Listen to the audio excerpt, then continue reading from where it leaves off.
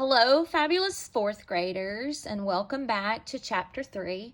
If you will remember, we left off with the Sugar Act of 1764 and the Stamp Act of 1765.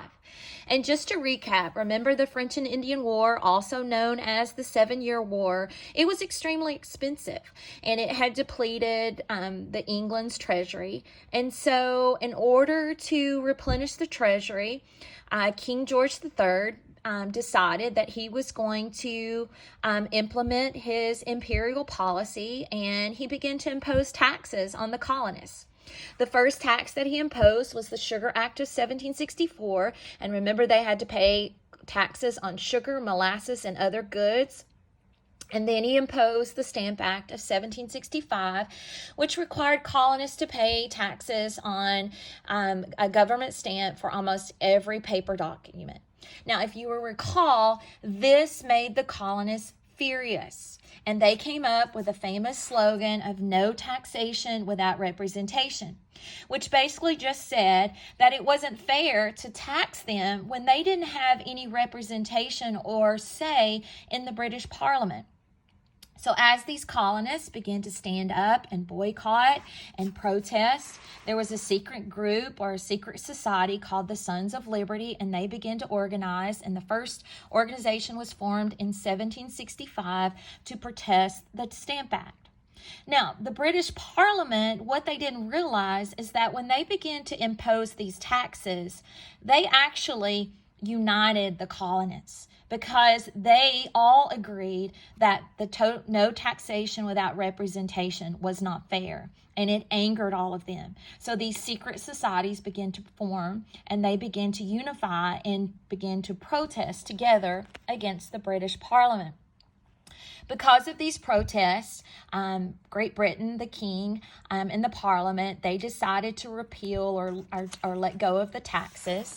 And they got rid of them, but they still needed money to replenish the British treasury.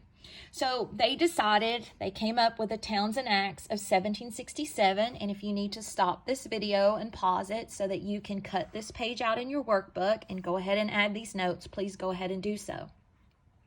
Now, the British Parliament thought by passing the Townshend Acts, which were just taxes on imports, and if you look over here, imports are goods purchased from another country, they thought that the colonists might not mind this tax so much, because whereas the Stamp Act and the Sugar Act, they taxed all sales, the Townshend Acts only did the imports, and this was only a tax on paint, lead, glass, and tea that was imported by the colonists. The British Parliament, however, found real quickly that they were wrong, because again, the colonists were furious, and they continued to stand up and argue and protest that these taxes were unlawful because the colonies had no representation in the British Parliament. The British Parliament argued that they did, that they were represented by the colonies, but many colonists disagreed. So again, the king is tightening and showing that imperial force. So he hired custom agents to live in the colonies to make sure that the colonists paid these taxes and that they didn't smuggle. So these custom agents, they began searching colonial businesses, ships, and property for smuggled goods. And on top of that, it continued to anger the colonists, but the colonists dealt with corrupt or dishonest agents who demanded payoffs, or they seized goods. And the British officials gained basically during this time, and the colonists did not, because the corrupt British agents, they abused those powers again by demanding those payoffs and seizing goods that they were not entitled to.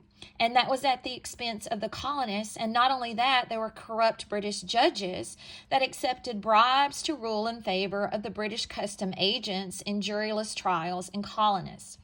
So this is all leading to more and more protests and more unrest in the colonies, which is ultimately going to lead to the King George III, sending soldiers over to Great Britain to occupy Boston to help maintain the peace and the power.